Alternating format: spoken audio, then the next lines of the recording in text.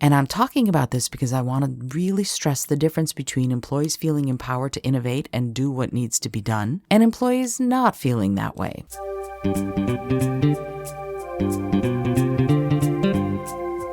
Hello and welcome to the Innovative Mindset Podcast. I'm your host, Isolde Trachtenberg. On the show, I interview peak performing innovators in the creative, social impact, and earth conservation spaces who are working to change the world. This episode is brought to you by Brain FM. Brain FM combines the best of music and neuroscience to help you relax, focus, meditate, and even sleep. I love it and have been using it to write, create, and do some of my deepest work. Because you're a listener of the show, you can get a free trial. Head over to brain.fm/innovative mindset to check it out. If you decide to subscribe, you can get 20% off with the coupon code Innovative Mindset, all one word. And now, let's get to the show.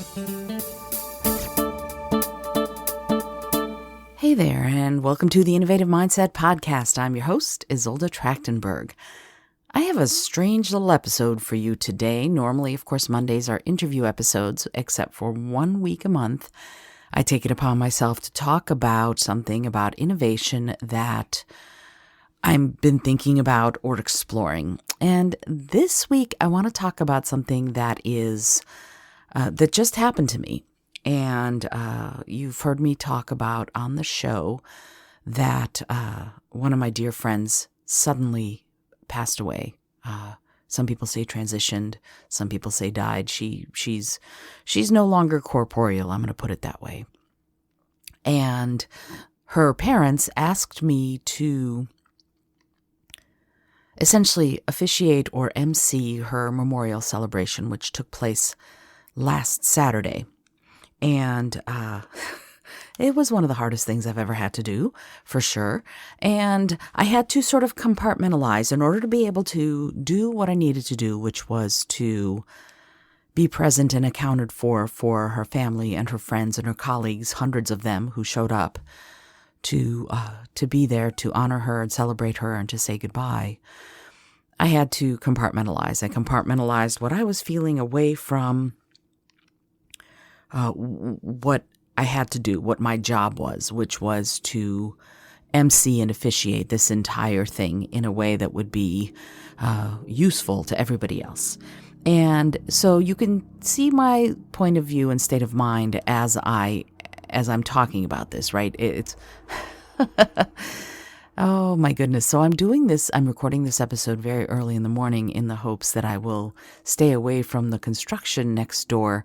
But instead, of course, there are helicopters and planes flying overhead. So my apologies. There is no way to soundproof enough when a plane is flying almost directly overhead. There's just not much you can do. Anyway.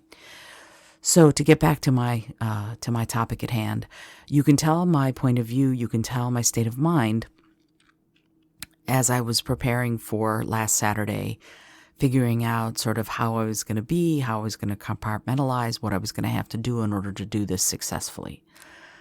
And it's no small thing when, I'm no stranger to public speaking, right? I wrote a book on it, which Petra Mayer, who is the friend of mine who died, she edited it. And Petra was the NPR books editor. So you can tell that many, many people from NPR came to the memorial. So it was sort of this weird be there for her family, be there for her friends, be there for her colleagues. And also don't screw up because there's a bunch of NPR people who are coming. And it was all videotaped or video recorded, I should say. Videotaped is aging me in a way probably I don't want to be aged. Anyway. So there was a lot going on in my head and in my heart as I was preparing for this. And what I'm actually talking about today is customer service, believe it or not. I'm talking about empowering people who work for your company to do what needs to be done to help the customer. And here's what I mean. And I don't even know if I'm allowed to say the company's names, but by gum, I'm going to, because I got treated very differently by two different companies as I was trying to make my way down from New York to DC, where the memorial celebration was going to be held.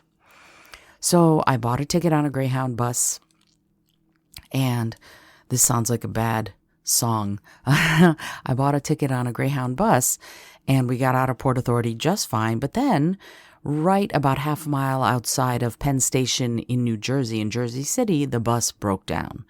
And weirdly, the driver was saying that it was probably out of gas, that the bus was out of gas, which is strange because you would imagine that they would have filled the bus up with gas. But okay, so something went wrong. The bus was not full of gas. After 6 gallons, apparently the mechanic said, well, it looks like the bus is full of gas, which sounds weird. Maybe the gauge was broken. I don't know. So we sat there for hours. And the thing is, the mechanic he didn't show up for while I was there. Instead, the driver was on the phone with the mechanic, and the mechanic was like, well, I think the bus is out of gas. That's what it sounds like. But we didn't know for sure. So we sat there for I don't know how long. And finally I was like, well, I have to go because I have to go get to my hotel and get to prepare for this memorial celebration. So I got my suitcase out of the luggage compartment and I left the bus. And I have no idea what happened to the bus. I don't know how long it took because frankly, what could have happened is the mechanic could have gotten there with the gas and gone, oh yeah, there's something else wrong. And they might have sat there for another, I don't know how many hours. So I grabbed my suitcase and I hiked the half mile back to Penn Station in Jersey City and I bought a train ticket and I got on the train and lo and behold, everything was fine. I got to where I was going. My best friend picked me up and then we went to our hotel room and we stayed at the Marriott in Silver Spring. Now this next part's going to be a little a little gross, and it's part of the story, so I'm going to tell you. Sometimes accidents happen. And when I was lying in the bed, my best friend was there. We had a 2-queen bed sized room. When I was lying in the bed, something smelled funny. And then the next morning I was doing legs up against the wall pose, doing some yoga. And I went, I smell urine. Ew. And sure enough, some previous guest had peed the bed, had wet the bed, and I guess the cleaning service folks the housekeeping folks did not notice, did not see it, and it just put extra covering on or whatever and moved on with their day. But it was there and it was gross. It wasn't wet. I didn't get wet. And as my friend Kristen pointed out, urine is I forget what the word is. I can't think of the word right now. Without germs, germ free, and that's lovely, but it's still disgusting, right? So. Ew. But anyway, so when I left the hotel, I let them know that just like you need to know there was urine on the bed near the window in this room. You're going to want to do something about that. And the woman I was talking to immediately was like, ew, that is, I'm so sorry. That is so gross. And she is refunding my night. And it's interesting because when she had the power to say that, she's like, we're going to give you your money back. The manager came out while we were talking about this. And she says to the manager, this is so gross. And she explains what happened. And she said something very interesting. She said, now this woman did not ask for a refund. She was just telling me, but I'm giving her a refund. And the manager was like, absolutely. We're absolutely going to refund your money. And which I thought was wonderful and caring, right? These employees of this, I just found out recently that Marriott is the biggest hotel chain in the world. I did not know that. I saw that in a CNN article, I guess. So yeah, they're the biggest hotel chain in the world, but the employees of this biggest hotel chain in the world had the power to immediately go, we're going to take care of you. And here's what's interesting. I stayed in a 2-queen size bed on the Friday night. And then Saturday was the memorial service. And then Saturday, my husband was joining me and he and I were going to stay in a king bed. And I had gotten a second hotel room at the same hotel. And here's what happened next. They're giving me my money back, which is great. Then Saturday evening, we get to our hotel room and there's a little bag full of snacks that they didn't have to do this. They just did. Out of the goodness of their hearts, they realized that it was gross, and they gave me a little coupon for $13 off the local their sort of cafe. There's a Starbucks in a cafe in the hotel. So they were bending over backwards to make sure that I was okay. We had snacks in the room that they gave us, like trail mix and things like that, but still. They thought of it and they were empowered to do it. And they have a culture of think of your customer, treat your customer like a friend you haven't met yet, right? So they had the power from management, the corporate management on down, that if the customer has a bad experience in some way, you fix it. You do something. And these wonderful women had that mindset to go, you know what, we're going to go past what might be the bare bottom necessity, and we're going to do everything we can in our power to make sure that your stay is better, that you feel okay, and that you're okay with our hotel chain. So that's the one thing that happened. Now, here's what happened with Greyhound. And I'm talking about this because I want to really stress the difference between employees feeling empowered to innovate and do what needs to be done, and employees not feeling that way. So I tweeted to Greyhound Help, basically going, hey, you left us stranded for hours. I'd like my money back because you made me miss appointments. We sat there on the middle of the road in Jersey City waiting, and I finally had to go and find a train and spend extra money that I should have not had to spend. So you should really give me my money back. And the back and forth that it required to get anything to move was ridiculous. Oh, you need to give us, your ticket number and your name, which is fine. I'm happy to do that. But then they're like, well, the most we can do is give you $13. Really? Why? You should have refunded everybody's tickets. Everybody on that bus who'd been made to sit and wait, who knows how long since I left, but for an hour and some odd at least before, like an hour and a half before I left. Everyone should have gotten their money back. Greyhound should have just said, you know what? This was our fault. Either the bus is broken or the gauge is broken or somebody didn't do their job, but we shouldn't leave customers sitting on the side of the road for umpteen hours. There should be money coming back. And they finally, my ticket was $39, so full disclosure, and they finally said $20 is the most we can give, and that's it. Sorry you had to go through this, but that's all we can give. Now I understand that probably the help person on the Twitter account is not empowered in the hierarchy to do things. I asked several times for a supervisor. Nope, no can do. The company culture at Greyhound is not the same as at Marriott. When Greyhound does something that upsets their that upsets their customers, or when their bus breaks down, the employees are not empowered to make it right. And that is a problem with the company because, frankly, I will do whatever I can not to travel via Greyhound again. Not worth it. Doesn't do me any good because when they're not reliable, obviously, but when they do, when something does go wrong, it's not my fault. I was there on time. That shouldn't have happened. And since it did happen, buses break down, and I get that.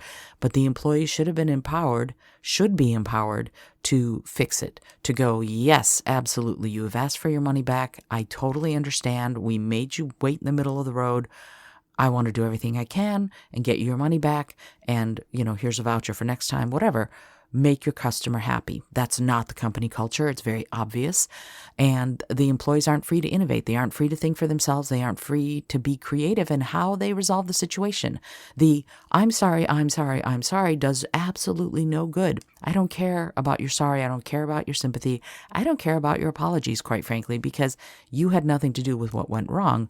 You can have something to do with making it right. And that's what I care about as a customer. So when I think about companies and organizations and groups of any kind, people have to feel empowered to make things right. They have to feel empowered and valued enough for their judgment to be valued enough to do what needs to be done to keep the customers happy. Now, am I saying the customer is always right? Absolutely not. I'm not saying the customer is always right, because there are times the customer is a dirtbag, right? So we get that, right? If the customer's being a jerk, that's one thing. I wasn't being a jerk. I was just saying, you know what? You should refund my money because you made me sit in the middle of the road for hours while the bus was either broken or somebody had forgotten to put gas. I don't know what the problem was. I don't care what the problem was. Greyhound should have made it right and didn't. And so I personally will go to other bus lines. Absolutely. If I ever need to take a bus, I will take a bus that way, or I'll pay the extra money and know that the train will get me there. or something, but it won't be, I won't be using Greyhound again. And this is why, because I want to reward companies with my, again, $39 in the scheme of their company means nothing, but $39, if multiple people are unhappy, that can make a dent. But for me, what little power I have to vote with my pocketbook, as they say, I'm going to do, because I only want to support companies that empower their employees to act on in their best way, right? And with the most open-hearted way. And I get that the employee I was talking to had no way of giving me my full refund. I understand that. What I don't understand is why that employee was not empowered by Greyhound to give that full refund. Why the employee felt like there was literally nothing, I can't do anything. I can give you $20. That's it. It's another $19. It's just, in the scheme of Greyhound, it should not be that big a deal. And I wasn't asking just willy-nilly. I was asking because I'd been sitting in the middle of the road on a broken down bus for a while, and that was causing me great distress. Now, was I already distressed because I was going to go and officiate at the memorial celebration of a dear friend? Probably, yes. But even so, that's their time to shine. That is the time for employees to step up and go, you know what? Whatever's going on with you, I want to make your day better. And I am empowered by my company to do that. And I'm going to innovate. I'm going to think creatively and do something. That's what I feel innovation is, that it's that moment where you think creatively and do something. Innovation is inspiration plus action. Innovation is never without action. In order to innovate, you must act. So if an employee has that ability, by gum, I'm going to reward that company as much as possible and do as much as possible to talk about it, because I think it's important for all of us to know and understand who we're dealing with. What is the company we're dealing with? Who are they? And what can we do to be more proactive in rewarding the companies that are innovative, that think about their customers, that treat their employees well? Because frankly, not empowering your employee, it's frustrating and it's sad for them, right? So one of the ways to treat your employees well is to empower them to think on their own, to be creative, to be innovative, to do what needs to be done so they don't feel bad and so the customer doesn't feel bad. Ta-da! It's not that hard, right? It's not that hard to think that way. It is hard to change the culture. When you have a culture that's very regimented and very strict, it's going to be tougher for employees to do anything when it comes to customer service that will satisfy the customer, because there's one way and one way only, and that's it. And when you have a company that has that kind of culture, eventually people leave. They burn out, they don't want to deal with it, and they're gone. And we're facing a time right now where jobs are plentiful and there aren't enough people who want to do them. If you don't want to do a crappy job right now, you don't have to. And I apologize that I just said that for people who feel like they're stuck in their jobs. I get that. There are lots of us who feel like they're stuck in their jobs. And being stuck in your job in a company that treats you well and wants to reward your innovative spirit is different than being stuck in a job in a company that says you will do it this way and no other way, and the letter of the law is what you stick to. So therefore, any creative thinking and innovative thinking or any additional things you want to do for customer service, you are not allowed to do. One was Marriott, the other Greyhound. I want to talk about this stuff and get it out there because I think we all deserve to know what's out there when it comes to company culture and how people are treated in the company, and by extension, how they treat the customers who work with the company, who want to buy from the company. And the same can be said for nonprofits. The same can be said for creative groups.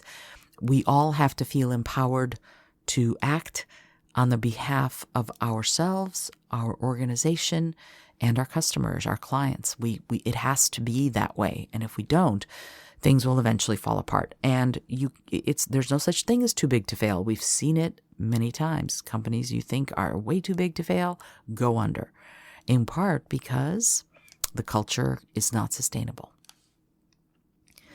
And we want the culture to be sustainable. So there you go.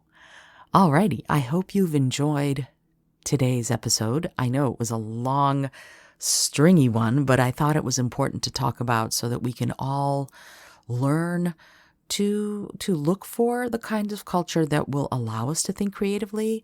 And if you're a boss, if you're a leader, if you're a CEO, think about what it means to have a company culture that does foster that sort of ingenuity, innovation, and creativity. Creative thinking is the future. It just is.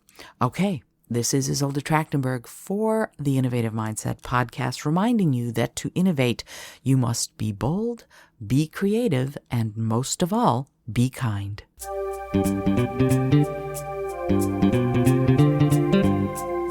Thank you so much for joining me today. I really appreciate you being here. Please subscribe to the podcast if you're new, and it would mean the world to me if you told a friend about it. Today's episode was produced by Isolde Trachtenberg and is copyright 2021. As always, please remember this is for educational and entertainment purposes only. Past performance does not guarantee future results, although we can always hope. Until next time, remember to be bold, be creative, and most of all, be kind.